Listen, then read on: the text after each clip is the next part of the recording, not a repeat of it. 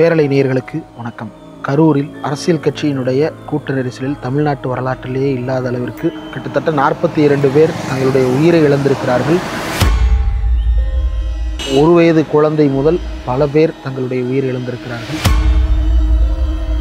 100க்கும் மேற்பட்டோர் படுகாயமடைந்திருக்கிறார்கள், பாதிக்கப்பட்டிருக்கிறார்கள். இப்போதுதான் அவர்கள் மருத்துவமனையிலிருந்து வீட்டிற்கு திரும்பி இருக்கிறார்கள். அவர்களுடைய குடும்பத்தவர்களை சந்தித்து அவர்களோடு பேசுவதற்காக கரூருக்கு நேரடியாக வந்திருக்கிறோம்.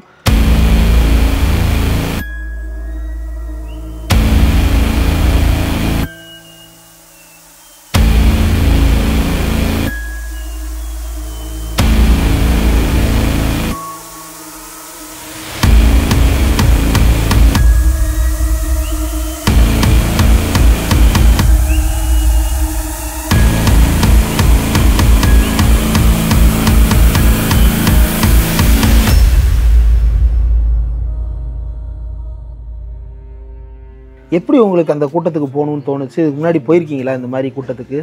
அந்த மாதிரி எந்த கூட்டத்துக்கு போனதில்ல. விஜயை பார்க்கணும்னு ஒரு ஆர்வத்தில் போயிட்டு. அம்மா சொன்னீங்களா இந்த மாதிரி கூட்டத்துக்கு போறேம்மான்னு? ஏன் சொல்லலை? விட மாட்டேன்னு சொல்லிட்டு காலையிலேருந்து சாப்பிடவே இல்லை, மத்தியானம் வரைக்கும் விடவே மாட்டேன். நான் போக மாட்டேன், நீ சாப்பிடாட்டி பரவாயில்ல போகக்கூடாதுன்னு. சரி நாங்கள் பசங்க வெயிட் பண்ணிட்டு இருப்பாங்க, நான் சொல்லிட்டு வந்துடுறேன் நான் வரல அப்படின்னு சொல்லிட்டு போனோம். ஓ, வரலான்னு சொல்ல போறேன்னு சொல்லிட்டு அவங்களோட அப்படியே போயிட்டாங்க. நான் அரை நேரம் லீவ் போட்டு சரி விஜயை பார்க்கலாம் அப்படிங்கிற ஒரு ஆர்வத்தில் போனேங்க சார். அரை நாள் லீவ் போட்டால் உங்களுக்கு அரை நாள் சம்பளம் கட்டு இல்லையா? ஆமாம், அரை நாள் லீவ் போட்டோம்னா நம்ம தைக்கிற பீஸ் ஒர்க்குங்கிறதுனால அரை நேரம் வேலை போச்சுங்க சார்.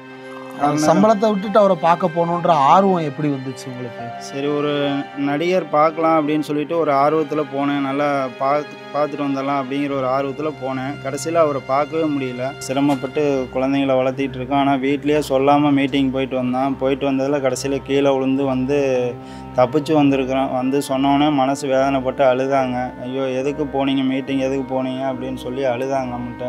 எப்படியோ தப்பிச்சு கடவுள் புண்ணியத்தில் நான் தப்பிச்சு வந்துட்டேன் அப்படின்னு அதே போதும்னு சொல்லி எனக்கு ரொம்ப இது பண்ணி ஆதங்கப்பட்டு பேசினாங்க சார். இப்போ உங்கள் ஒய்ஃப்ட்ட நீங்கள் சொல்லாமல் கொள்ளாமல் போயிருக்கீங்க? ஆமாங்க சார், சொல்லாமல் தான் போயிருக்கிறேன். அவங்கள்ட்ட நீங்கள் ஏதாவது சொல்லணும் அப்படின்னா என்ன சொல்லணும்? சாரி சொன்னேங்க சார். ஏன்னா இனிமேல் போக மாட்டேன்னு அன்றைக்கி நைட்டே நான் சொன்னேங்க சார். கண்டிப்பாக இனிமேல் நான் பாதுகாப்பாக போவேன் அப்படின்னா போக மாட்டேன் அப்படிங்கிற மாதிரி சொன்னேங்க சார். இந்த ரொம்ப கூட்டம் அதிகமாக இருக்கிற இடத்துக்கு நான் போக மாட்டேன் அப்படிங்கிற மாதிரி சொன்னேங்க சார். ஏன்னா அவங்க சொன்னோன்னே உயிருக்கு எதாவது ஆகிருந்தால் என்ன பண்ணுறது அப்படிங்கிற மாதிரி சொல்லி வருத்தப்பட்டாங்க சார். உங்கள் வீட்டுக்காரருக்கு ஏதாவது சொல்லணுமா நீங்கள்?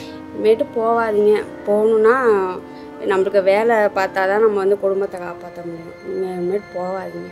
வேலைக்கு போய் பார்க்கணும் இல்லை, அவர் பார்க்கணுங்கிறதுக்காக போனேன் நான். ஏன் அவ்வளோ ஆர்வம்? டிவியில் தான் நல்லா பெருசாக பார்க்குறமே. நம்ம ஊருக்கு வராங்க, நம்ம போய் பார்க்கணும், அதனால போனேன் நான். ஹாஸ்பிட்டல் பார்க்கும்போது உங்கள் பையன் உங்கள்கிட்ட என்ன சொன்னாப்புல? அழுதான், ரொம்ப அழுதான்.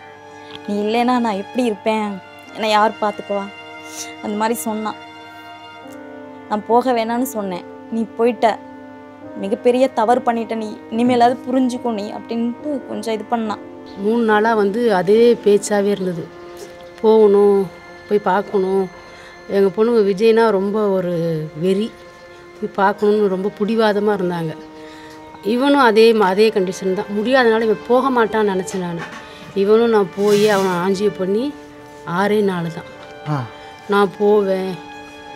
எங்கள் பையன் நான் போய் நான் பத்திரமா போயிட்டு வந்துடுவோம். அப்புறம் நாங்கள் மாப்பிள்ளைகிட்ட சொன்னோம், தம்பி முடியல, 2த்தையும் கூட்டி போகிறீங்க, எப்படி பார்த்துக்க முடியுமான்னு. எனக்கு தெரிஞ்சவங்க வீடு மாடி இருக்குது, அந்த மாடியில் இருந்து தான் நாங்கள் பார்ப்போம், பயப்படாதீங்க, நான் கீழேலாம் கூட்டி போக மாட்டேன்னு சொன்ன அந்த ஒரு வார்த்தையை நம்பி நானும் கடைசி வரைக்கும் மனசு இல்லை. இருந்தாலும் போய் அவனும் பிடிவாதமாக இருந்தாங்க. சரி, ஒரு கட்டுறதுக்கு மேலே என்னால் அவங்கள கண்ட்ரோல் பண்ண முடியல. விட்டுட்டு என்னை பஸ் ஏற்றி விட்டுட்டு ஒரே பைக்கில் இவங்க 3 பேருமே போயிட்டாங்க. 8:30 மணிக்கு எங்கள் பையனா எனக்கு கூப்பிட்டுச்சு, மாதிரி மாப்பிள்ளையும் பாப்பாவும் காணா, நான் வண்டிக்கிட்டே நிற்கிறேன், என்னைய போக சொல்லிட்டாங்க, என்னால் முடியலைங்கிறனால என்னை வெளியில் அமுச்சு விட்டாங்க. அவங்க 2 பேரும் உள்ளே இருந்தாங்க. 2 ஃபோனும் சுவிட்ச் ஆஃப், 2 பேருக்கான நிறைய பேருக்கு முடியாமல் எல்லாம் ஆஸ்பத்திரியில் தூக்கிட்டு போகிறாங்கன்ட்டு பையன் ஃபோன் பண்ணிச்சு. நிறைய பேர் இறந்துட்டாங்கன்னு சொன்ன உடனே நான் நேராக ஜிஹெச்சுக்கு போயிட்டேன். எங்கள் சொந்தக்கார ஒரு பையனை கூப்பிட்டு ஜிஹெச்சுக்கு போயிட்டேன். இவங்களாம் வெளி ஹாஸ்பிட்டலில் பார்த்துட்டே இருந்துருக்குறாங்க, எங்கேயாவது இருப்பாங்கன்ட்டு. அவங்க தெரிஞ்ச மூலியமாக வச்சு ஃபோட்டோலாம் காமிச்சு பார்த்தப்ப எங்கள் மாப்பிள்ளையும் பொண்ணும் உள்ளதாக இறந்து போய் தான் இருந்தாங்க. இந்த பக்கத்து வீட்டு அம்மாவும் 2 பேரும் தாங்க போனாங்க. அப்புறம் நான் போக வேண்டாம், நீ அங்கெல்லாம் எதுக்கு போகிறேன், கும்பல் நெரிசலில் பயங்கரமாக இருக்கேன் அப்படின்னு போக வேண்டாம்னு நான் சொல்லிட்டேன்.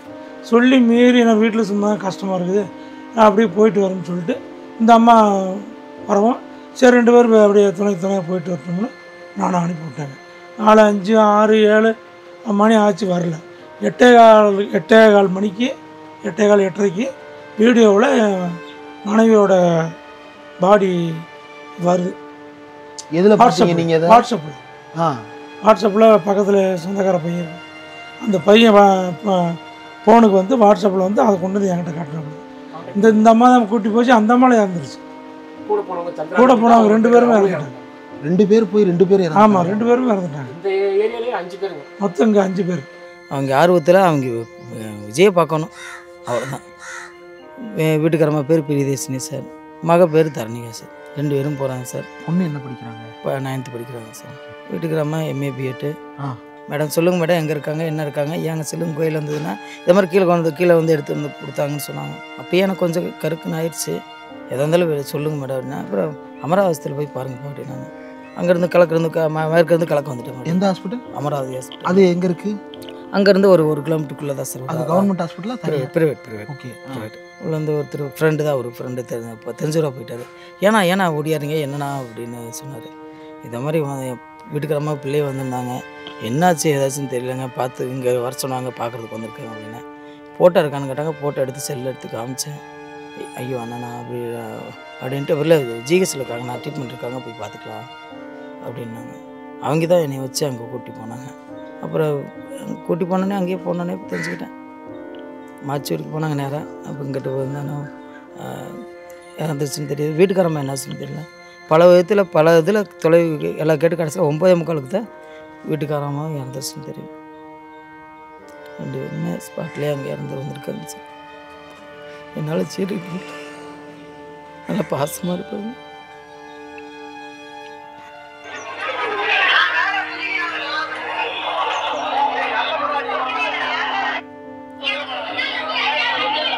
அவர் யாரு?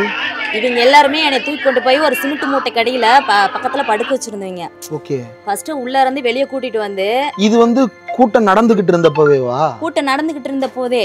ஓ. நான் தான் பார்க்கவே இல்லையே அவரை, விஜய் அண்ணன் பார்க்கவே இல்லையே நான். ஓ, விஜய் வரும்போதே நீங்கள் கீழே விழுந்துட்டீங்க? ஆமாம், நான் அவரை பார்க்கவே இல்லையே நான். கும்பலில் வந்து நரிசலில் தான் வந்து கீழே நான் விழுந்துட்டேன். நான் செப்பல் வந்து மாட்டிக்கிச்சு. இன்னும் பக்கத்தில் இருந்த இதில் வந்து என் செப்பல் மாட்டிக்கிச்சு.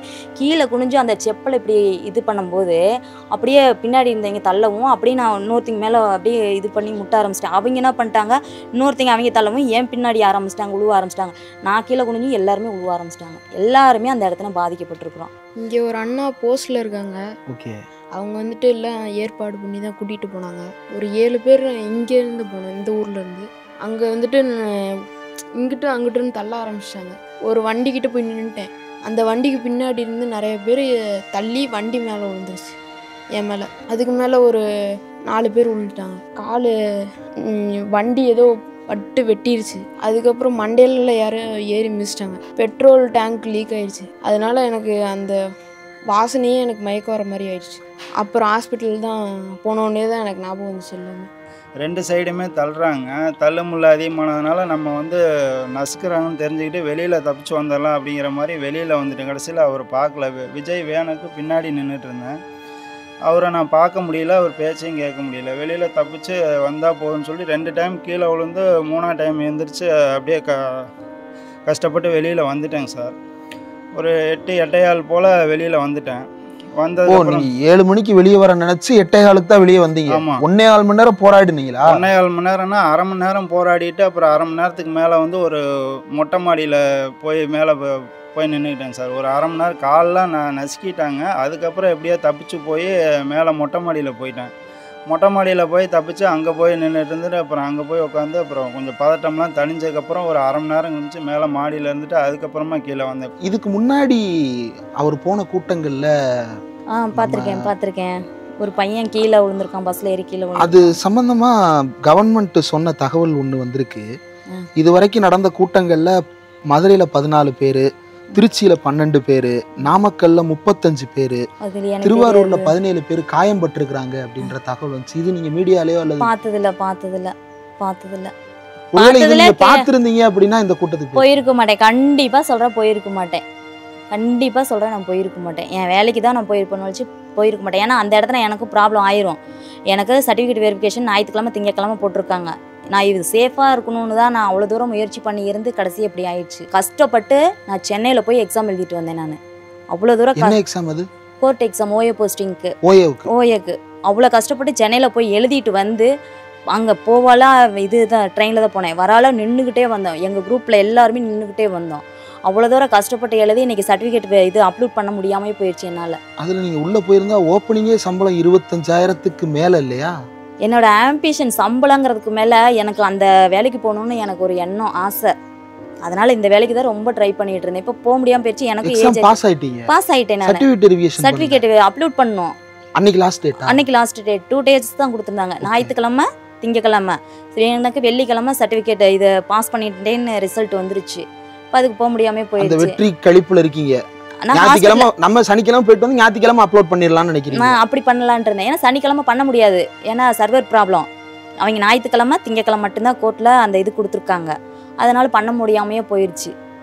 நான் ஹாஸ்பிட்டலில் இருந்தனால. இது தொடர்பாக அரசாங்கத்துக்கு ஏதாவது கோரிக்கை வச்சிருக்கீங்களா, அதை கன்சிடர் பண்ண சொல்லி? எனக்கு இப்போ என்ன தோணுதுன்னா, எனக்கு ஏஜ் 35 வயசு ஆயிடுச்சு.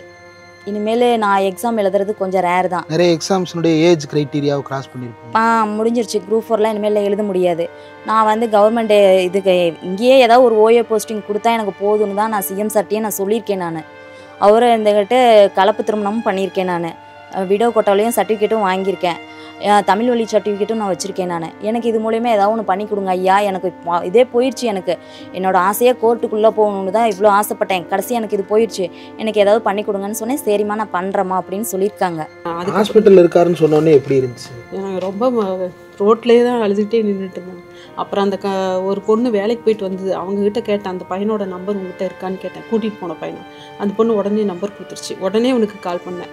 அந்த பையனுக்கு கால் பண்ணி, என்னடா தம்பி இப்படி கூட்டிகிட்டு போனியே, என்னாச்சு பையன் காணா அப்படின்னு சொன்னோன்னே, இல்லைங்க்கா நான் மற்ற பசங்களெல்லாம் கண்டுபிடிச்சிட்டேன், இவனுக்கு என் நம்பர் தெரியும், எங்கே இருந்தாலும் கூப்பிட்டுருவான் அப்படின்னு சொன்னான். அப்புறம் தான் சரி எங்கே இருக்கான்னு ஏதாவது தகவல் கிடச்சிதான்னு அவனும் கேட்டான். இந்த மாதிரி ஜிஹெச்சுக்கு கொண்டு போயிட்டாங்கன்னே அப்புறம் ஜிஹெச்சில் போய் பார்த்துட்டு அதுக்கப்புறம் தான் அந்த பசங்களெல்லாம் கொண்டு வந்து வீட்டில் விட்டு 11 மணி இருக்கும் வீட்டில் கொண்டு வந்து விட்டுட்டு அதுக்கப்புறம் ஜிஹெச்சுக்கு போகிறேன்னு சொன்னான். போனான்னா என்னன்னு தெரியல. உங்கள் பையனை நீங்கள் எப்போ கூப்பிட்டு வந்தீங்க வீட்டுக்கு? நாங்கள் செவ்வாய்க்கிழமை சாயந்தரம் கூட்டிகிட்டு வந்தோம். நாங்கள் இதுலேருந்து டெல்லியிலேருந்து இந்த குழுவெல்லாம் வந்தாங்களே, எம்பி, காங்கிரஸ், பிஜேபி எல்லாம், அவங்களாம் வந்துட்டு போனதுக்கப்புறம் டிஸ்சார்ஜ் பண்ணிட்டாங்க. எங்களை வந்து ஜோதிமணி அம்மாலாம் வந்து பார்த்தாங்க, பேசினாங்க, எல்லாம் இது பண்ணாங்க. மற்ற எல்லோரும் வந்தாங்க. நான் இருக்கிற இடம் அவங்களுக்கு தெரியல. நான் இந்த பக்கம் ஓரமாக இருந்தேன். நான் அவங்க முன்னாடி வந்து பார்த்துட்டு போயிட்டு, ஆனால் எல்லோரும் வந்தப்போ நான் அங்கே தான் இருந்தேன். நான் எல்லோரும் வந்தப்போ இருந்தாங்க. இங்கே வீட்டுக்கு யாராவது வந்துருந்தாங்களா? இங்கே வீட்டுக்கு அன்னைக்கே வந்து கனிமொழி மேடம், செந்தில் பாலாஜி, பேர்லாம் எனக்கு தெரியலங்க சார். எனக்கு தெரிஞ்சவங்க பேர் இவங்க தான். நிறைய பேர் வந்தாங்க சார். அன்றைக்கி சாயந்தரமே வந்தாங்க. என்ன சொன்னாங்கம்மா? வந்து பார்த்துட்டு ஆறுதல் சொன்னாங்க. அப்படி நடக்கக்கூடாது, நடந்துடுச்சு, பார்த்துங்க, நாங்கள் ஏதாவது உங்களுக்கு ஹெல்ப் பண்ணுவோம் அப்படின்னு சொல்லிட்டு பார்த்துட்டு பேசிட்டு இது பண்ணிட்டு போனாங்க. அரசாங்கம் வந்து 10 லட்ச ரூபா நிவாரணம் அன்னைக்கே கொடுத்துட்டு போனாங்க. விஜய் தரப்புல ஒரு 20 லட்சம் அறிவிச்சிருந்தாங்க. அந்த தரலாங்க சார். தாவேக்கா தரப்புல இருந்து யாரும் உங்களை வந்து பார்த்தாங்க சார். எல்லாரும் வந்து பார்த்தாங்க, பேசினாங்க, பேசிட்டு தாங்க சார் போனாங்க. விஜய் சார் வந்தாரா? விஜய் சார் வரலாங்க சார். இல்லை, வீடியோ காலில் பேசினாருங்க சார். என்ன சொன்னாருங்கம்மா? வருத்தப்படாதீங்க, இதை என்னால் சொல்லக்கூட. அவர் அழுதாருங்க சார். ஃபஸ்ட்டு ஸ்டார்டிங்கில் அவர் ஃபஸ்ட்டு அழுதுட்டு தான் அப்புறமா எங்கிட்ட பேசவே ஆரம்பித்தார். என்னால் ரொம்ப கஷ்டமாக இருக்குது, உங்கள்கிட்ட பேச முடியல, நீங்களாம் வந்து இனிமேல் இது என்னோடய குடும்பம், நான் எல்லாத்தையும் நான் பார்த்துப்பேன், வருத்தப்படாதீங்க, என்னால் இப்போ வந்து உங்களை நேரில் பார்க்க முடியாத ஒரு சூழ்நிலை இருக்கிறேன், வெகு சீக்கிரம் நான் வந்து உங்களை பார்ப்பேன், உங்களை நான் பார்த்துக்கிறேன், வருத்தப்படாதீங்க அப்படின்னு சொன்னேன். என்னாலையும் பேச முடியலங்க சார். அழுதுட்டு நான் அதுக்கப்புறம் அவர்கிட்ட பேசலை. அப்புறம் எங்கள் பையன் தான் சார் பேசினார். வர முடியாமல் இருந்ததுக்கு ஏதாவது காரணங்கள் சொன்னாரா? அதெல்லாம் சொல்லுங்க. என்னால் இப்போதைக்கு வர முடியல, சீக்கிரம் வந்து உங்களை பார்ப்பேன் நான். உங்கள் ஃபோனுக்கே கால் பண்ணாங்களாங்கம்மா? இல்லைங்க சார், அவங்க வந்தவங்க செல்லில் ஃபோன் பண்ணி வீடியோ கால் பண்ணி பேசினாருங்க சார். ஓகே. அவர் அழுதுகிட்டே தாங்க சார் பேசினார். இல்லை, அந்த கூட்டத்தில் ஒரு நீங்கள் இந்த வீடியோ நீங்கள் நேர்லேயே இருந்தீங்க, உங்கள்கிட்ட அந்த வீடியோ காட்டணும்னு அவசியம் இல்லை, இருந்தாலும் வெளியே நாங்கள் பார்க்கும்போது என்னவா தெரிஞ்சது அப்படின்றத உங்கள்கிட்ட கேட்கணும்னு நினைக்கிறேன்.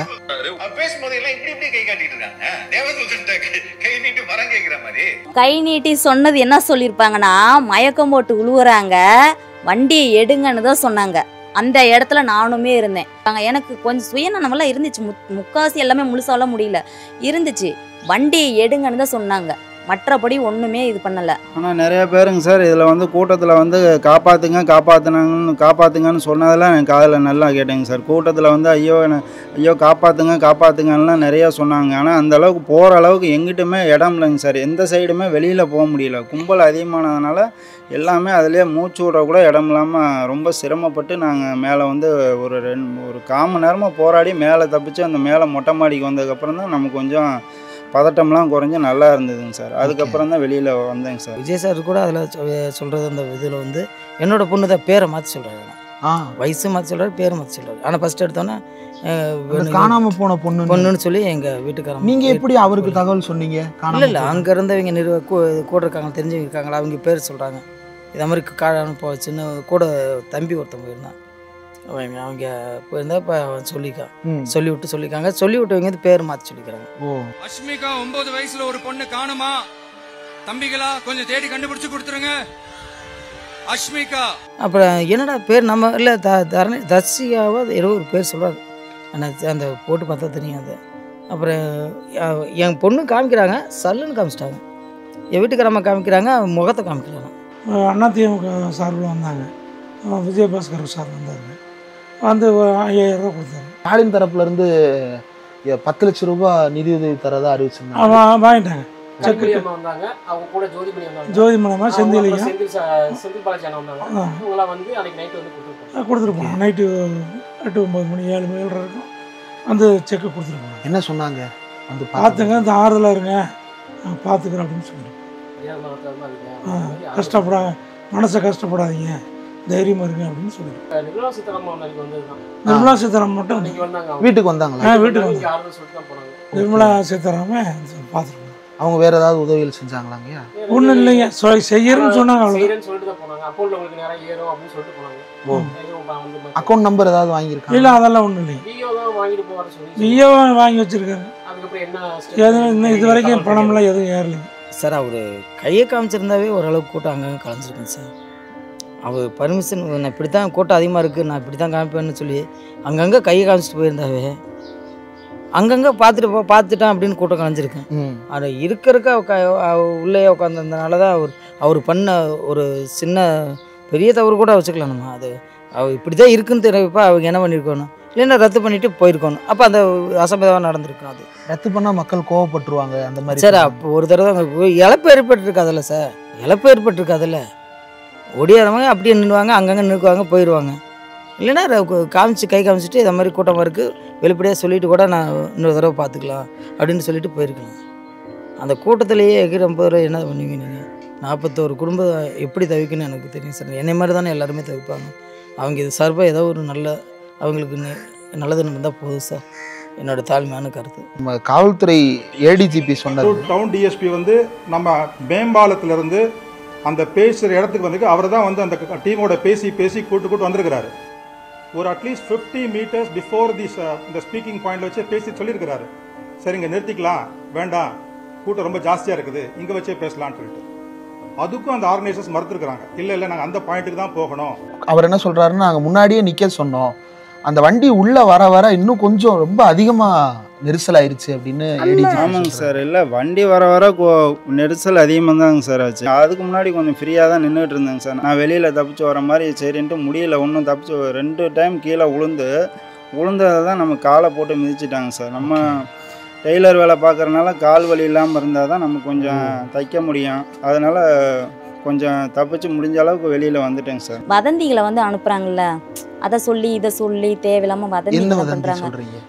வதந்தினா சொல்லாததை ஒன்றை சொல்லிட்டோம் அப்படின்னு சொல்கிறாங்கல்ல, அதை வந்து கொஞ்சம் மீடியாவில் வந்து அவங்க சொல்கிறத சொல்லிட்டாங்க. கமெண்ட் பாக்ஸில் எவ்வளோ தப்பாக போடுறாங்க. இதனால் நிறைய பேர் சூசைட் பண்ணிக்கணும்னு கூட நினச்சிருக்காங்க பெட்டில் இருந்தவங்க. அன்னைக்கு காலையில் தான் எனக்கே தெரியும் இது மாதிரி வதந்திங்களை வந்து பண்ணுறாங்க. இதுக்கு தான் வந்து மீடியாக்காரங்க வந்து உள்ளே வராங்களா, பேசுகிறாங்களா அப்படின்ற மாதிரிலாம் சொல்கிறாங்க. உண்மைன்னு சொல்லிட்டு போயிட்டா பிரச்சனை இல்லை. மயக்கம் மட்டும் அவ்வளோ பேர் உளுந்துருக்காங்கங்க, அவ்வளோ பேர் உளுந்துருக்காங்க. போட்டு என்னையவே போட்டு இவ்வளோண்டு உயிரில் நான் வந்திருக்கேன், நான் லோ ப்ரெஷரு, எனக்கு ப்ராப்ளம் இருக்குதான், லோ ப்ரெஷர் இவ்வளோண்டு உயிரில் வந்திருக்கேன், எனக்கு அப்படியே இருக்கிறது அப்படியே தலைவலாக சுற்றுது. அந்த நேரத்தில் எனக்கு மூச்சு பேச்சு இல்லாமல் செத்துருந்தனாலும் ஒன்றுமே இல்லை, அவ்வளோதான் முடிஞ்சு போச்சு. நான் உளுந்த இடத்துக்கு கொஞ்சம் இதில் தான் மரம் இருந்தது. ஒரு 40 பேர்கிட்ட ஏறிட்டாங்க இந்த மரத்து மேலே. ஒரு மரத்தில் 40 பேரா? ஒருத்தர் மேலே ஒருத்தர்னு ஏறிட்டு இருந்தாங்க. ஆனால் இளைஞர்கள்லாம் கொஞ்சம் விஜய் அண்ணாவுக்கும் சரி மற்ற கட்சிகளுக்கும் சரி இடையூறு வந்து பண்ணாமல் இருக்கணும். அங்கங்கே மரத்து மேலே ஏறி உட்கார்றது, கட் அவுட்டில் சும்மா இருக்கிற கட் அவுட்டில் ஏறி உட்கார்றது அலௌன்ஸ் பண்ணுறாங்க. நாங்கள் நடுவில் நிற்கிறோம் பார்க்குறோம், அலௌன்ஸ்மெண்ட் பண்ணுறாங்க. அது டிவிகே நிர்வாகிகளா போலீஸ்காரங்களான்னு எனக்கு தெரியாது. சொல்கிறாங்க தம்பி அது மேலே ஏறாது தம்பி கீழே விழுந்துரும்னு சொல்கிறாங்க. அதே மீறியுமே மேலே ஏறி நின்னாங்க. நான் பார்த்தேன், சத்தியமாக பார்த்தேன், நான் பார்த்தேன். இப்போ அவங்க தான் நாளைக்கு ஓட்டு கேட்கவும் வருவாங்க. மரத்து மேலே ஏறினவங்களோ அல்லது பால்கனியில் ஏறி குதிச்சவங்களோ தான் வரப்போகிறாங்க. அவங்க வந்து கேட்டால் உங்களுக்கு ஓட்டு போடணுன்ற நினைப்பு வருமா? இல்லை அவங்கள பார்க்கும்போது என்ன சொல்லுவீங்க? அவங்கள பார்க்கும்போது முதல்ல நீங்கள் கரெக்டாக இருங்க, அவங்க ஆட்சி செய்கிறவங்க செய்வாங்க, கரெக்டாக இருங்க. அவங்களுக்கு வந்து இப்போ இவ்வளோ தூரம் ஆனது யார் காரணம்? நாங்கள் தானே காரணம். இப்படி கீழே விழுந்து தேவையில்லாமல் எல்லாத்துக்குமே கஷ்டம் கொடுத்தது எங்களால் தானே வந்துச்சு. அதை நாங்கள் கரெக்டாக பண்ணியிருந்தோம்னா அவங்களுக்கு ஒரு கெட்ட பேர் வந்திருக்காதுல்ல. விஜய் அண்ணனுக்கும் சரி செந்தில் பாலாஜி அண்ணனுக்கும் சரி 2 பேத்துக்கும் சேர்த்து சொல்கிறேன், எங்களால் தானே அப்படி ஆயிடுச்சு. விஜய் மேலே என்ன ஆர்வம் அவ்வளோ தூரம் போய் பார்க்கணும்? சும்மா அதெல்லாம் ஒன்றும் கிடையாதுங்க. சும்மா இவங்கெல்லாம் இந்த பொம்பளைங்க சும்மா இருக்க மாட்டாங்க, போயிட்டு வரலாம் வான்னு சொல்லி கூப்பிட்டு போனது. மற்றபடி கட்சி சார்பில் எல்லாம் போகல. மற்ற கட்சி கூட்டங்களுக்கெல்லாம் போயிருக்கு, எதுக்குமே போகலைங்க. இந்த அம்மா பிடிவாதம் பண்ணி கொடுத்ததுனால போயிருக்கு. அவர் ஸ்டாலின் ஐயா வந்தார், அதுக்கு நான் அனுப்பலை. எடப்பாடியா வந்து அதுக்கும் அனுப்பலை. இதுக்கும் போகணும்னு சொல்லிட்டேன், நீ போகக்கூடாதா அப்படின்னு தான் சொல்லிட்டேன். இந்த அம்மா வந்து வற்புறுத்துவோம், சரி நாங்கள் 2 பேரும் போயிட்டு வரோம், பக்கத்து வீட்டு தான் தனியாக போயிட்டு வந்துடுறான், இப்போ 2 மணிக்கு முடிஞ்சிடும் வந்துடுவான், மதியானம் சாப்பிட்டு வந்துடுன்னு சொல்லிட்டு போனாங்க. அவ்வளோதான், அதுதான் ஒரே வாரத்தை போயிட்டு வரேன்னு சொன்னது தாங்க. திருப்பி 8:30 மணிக்கு நான் பாடியை பார்க்குறேன். இடையில என்ன நடந்துச்சு எது நடந்துச்சு எந்த தகவலும் எனக்கு தெரியாது. விஜய் தரப்புல இருந்து வந்து பார்த்தாங்களா, பேசினாங்களா? பார்த்துட்டு போயிருக்காங்க. யார் வந்தாங்கய்யா? வந்து அருண்ராஜ், அருண் ஐயரசா அவர் வந்தாருங்க. ஓகே. அதுக்கு முன்னாடி 2 நாளைக்கு முன்னாடி கிழக்கு மாவட்ட செயலாளருக்கு வந்தாங்க. ஓகே. அப்புறம் அவர் அருண்ராஜ் வந்துட்டு தளபதி பேசுறது நாளைக்கு சொல்லி ஃபோன் கால் வீடியோ கால் பண்ணி கொடுத்தாங்க. அப்போ அவர் பேசினார், நான் தான் அத்தனை மணி பேசுவேன். ஓகே. அப்போ வேற யாரெல்லாம் இருந்தாங்க கூட? ஒரு இடத்துல ஒரு 9 பேர் இருப்பாங்க கூட. ஓ, அவங்க கூட வந்தவங்க. உங்க கூட வேற யாரு? எங்க கூட நான் ஆஸ்பத்திரி போயிட்டேங்க, காலில் ஆஸ்பத்திரி போயிட்டேன். அப்போதைக்கு வந்திருக்காங்க. அப்புறம் மருமகன் தான் பேசி என் பொண்ணு வீட்டுக்காரங்க, அப்புறம் இவர் தான் பேசியிருக்காரு, எனக்கு நான் இல்லை. ஹாஸ்பிட்டல் போனதுக்கப்புறம் முழிச்சு பார்த்தா எடுத்தோடனே செந்தில் பாலாஜி அண்ணா தான் பக்கத்தில் இருந்தார். அவர் தான் இது எல்லாத்துக்கும் காரணம்னு சொல்கிறாங்க. ஏன்னா அவர் இவ்வளோ வேகமாக அவரால் எப்படி வர முடியும்? அவர் தான் செய்ய சொல்லியிருக்கிறாரு, அவர் தான் பண்ணிருக்கிறாரு அப்படின்றாங்க. கிடையவே கிடையாதுங்க. அவர் செய்ய சொல்லியிருந்தா ஏங்க என்னை வந்து பார்க்கணுன்னு என்னங்க அவருக்கு? இல்லை, அவர் பண்ணக்கூடிய ஆள் அப்படிலாம் மீடியாவில் அப்படியெல்லாம் கிடையாதுங்க. கடவுளுக்கு தெரியும் அவர் எப்படிப்பட்டவருன்னு, கடவுளுக்கு தெரியும். அவர் கொல்ற அளவுக்கு அவர் அப்படி ஒரு கிடையவே கிடையாது, என்னை பொறுத்தல கிடையாது. இப்போ நானும் அவரை 10 வருஷமாக பார்த்துக்கிட்டு தான் இருக்கேன். அவர் அப்படி கிடையவே கிடையாது. அவங்க மற்ற கட்சிக்காரங்க என்னை என்ன வேணாலும் சொல்லிட்டு போயிட்டோம், நான் உண்மையாக தான் இருக்கேன். நான் இந்த கட்சிக்கு ஓட்டு போடுவேன், அந்த கட்சிக்கு ஓட்டு போடுவேன் இல்லை, என் மனசாட்சிக்கு பொறுத்து நான் சொல்கிறேன். அவர் கண்ணு முழிச்ச போது அவருக்கு உள்ளார ஐசியூ வார்டில் என்னை வச்சுருந்தாங்க. கண்ணு முழிக்கிறேன், பக்கத்துலேருந்து என்னாச்சு பாருங்கள், எனக்கு ஆக்சிஜன் வச்சுருக்காங்க, நான் செத்துருப்பேனே நானே, எனக்கு அப்படியே ஒரு இது ஃபீல், அவ்வளோ கஷ்டப்பட்டு அழுதேன் நான். அவர் வந்து பக்கத்தில் வந்து நின்றுட்டு உனக்கு ஒன்றும் இல்லைம்மா ஒன்று, அவர் மிகப்பெரிய ஒரு ஆறுதல் கொடுத்தாரு. எவ்வளோ ஒரு இதாக இருக்கும் எனக்கு. நான் நல்லானோடனே அவரை போய் பார்த்து ஒரு நன்றி சொல்லணும்னு தான் நினச்சிக்கிட்டு இருக்கேன் நான். கனிமொழி எம்பி மேடம் அவங்க வந்தாங்க. அப்புறம் நம்ம செந்தில் பாலாஜி சார், அவர் முன்னாள் அமைச்சர் அவர் வந்தார், கூட வந்தாங்க. நம்ம கிருஷ்ணாவதி தொகுதி எம்எல்ஏ அவங்க சிவகாமி செந்திரம்மா வந்தாங்க, எல்லாம் கூட வந்தாங்க. எல்லாம் கூட வந்து எல்லாம் கொடுத்தாங்க. அவங்க எல்லாம் கொடுத்து எல்லாம் நல்லபடியாக அவங்கெல்லாம் ஆறுதல் சொல்லிவிட்டு கொடுத்துட்டு இது மாதிரி சொல்லிட்டு. விஜய் சார் நேரில் வந்தால் என்ன சொல்லுவீங்க? கண்டிப்பாக கேட்பேன் சார், நான் கேட்பேன் கண்டிப்பாக கேட்பேன். என்ன கேட்பீங்க? கேட்பேன் சார், இதை சொன்னதை கேட்பேன் கண்டிப்பாக.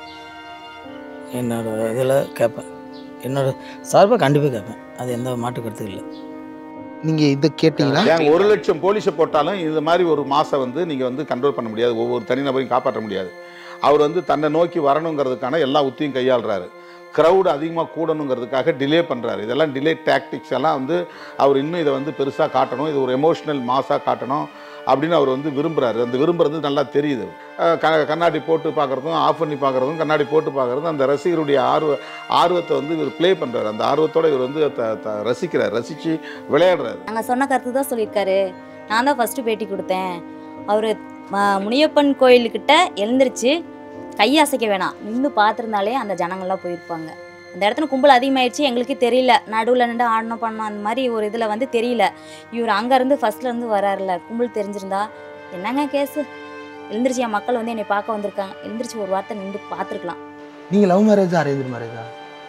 எதுங்க நாங்களா லவ் மேரேஜ். பக்கத்து ஊர் தாங்க. அவங்க கொடுக்கலன்னு சொன்னாங்க. அப்புறம் நாங்கள் காணாம கூட்டி கொண்டு போய் கட்டிட்டேன். ஒரே வாரத்தில் ஒரு ஆசை. எப்போ கல்யாணம் நடந்துச்சு? 1978. 5 வருஷம் கழிச்சு தான் ஜாப் எனக்கு கிடச்சிது. 53 32 வருஷம் சர்வீஸ் பண்ணேன் சிறைத்துறையிலே தான். இப்போ 2015 நான் பிப்ரவரியில் ரிட்டையர்டு. அந்த காசை வச்சு தான் இந்த இடத்த வாங்கினேன். எல்லாம் எங்களுக்கெல்லாம் முன்ன வசதியெல்லாம் எதுவும் இல்லை. இந்த வேலைக்கு போகலாம் நான் கூலி வேலை செஞ்சுட்டு இருக்கேன். இங்கே உப்பிடமங்கலத்திலே தான் ஒர்க் போகிறீங்களா இல்லை பக்கத்தில் கரூர் வெளிச்சாமிபுரம் முனியப்பன் கோயில் எல்லா பக்கமும் போவோம். கான்ட்ராக்ட் நாங்கள், கம்பெனி ஸ்டாஃப்லாம் ஒன்றும் இல்லை. அம்மா அப்பா என்ன பண்ணுறாங்க? அப்பா எல்லாம் அம்மா மட்டும்தான் இருக்காங்க. நாங்கள் கலப்பத்திரம்னால ஏற்றுக்கல எங்களைய. இப்போ பேசுறது இல்லை. எங்கள் வீட்டுக்காரர் இறந்துட்டாரு. இறந்த போது எல்லாம் வந்தாங்க பேசினாங்க. அதுக்கப்புறம் இப்போ யாரும் எதுவுமே இல்லை. அதுக்கப்புறமா இப்போ இதானனால வந்து எல்லாம் பார்த்துட்டு போனாங்க, அவ்வளோதான். நீங்கள் எங்கே பார்த்து லவ் பண்ணீங்க? வேலைக்கு போன இடத்துலையா காலேஜ்லையா? இல்லை, படிச்சுட்டு இருந்த போது. வீட்டில் அந்த நேரத்தில் ப்ராப்ளம் ஆயிடுச்சோ? ப்ராப்ளம் ஆயிடுச்சு. இன்டர்கேஸ்ட் மேரேஜ்னால ப்ராப்ளம். ஓகே. சேர்த்துக்கல. அவர் பிசி, நான் எஸ்சி. அவங்க வீட்லையும் ஏற்றுக்கல, உங்கள் வீட்லையும் ஏற்றுக்கல. இப்போது நீங்கள் இருக்கிற வீடு உங்களுடைய கணவருடைய வீடா? இது கலைஞர் ஐயா பீரியடில் கொடுத்தது. கவர்மெண்ட்லேருந்து கொடுத்தது தான் இந்த இடம். ஃபுல்லாக எல்லாத்துக்குமே கவர்மெண்ட்லேருந்து ஃப்ரீயாக கொடுத்தது தான். பட்டா? பட்டா தான் அவர் கொடுத்தது. எங்கள் பேருக்கு தான் எல்லாமே கொடுத்துருக்காங்க. ஓகே.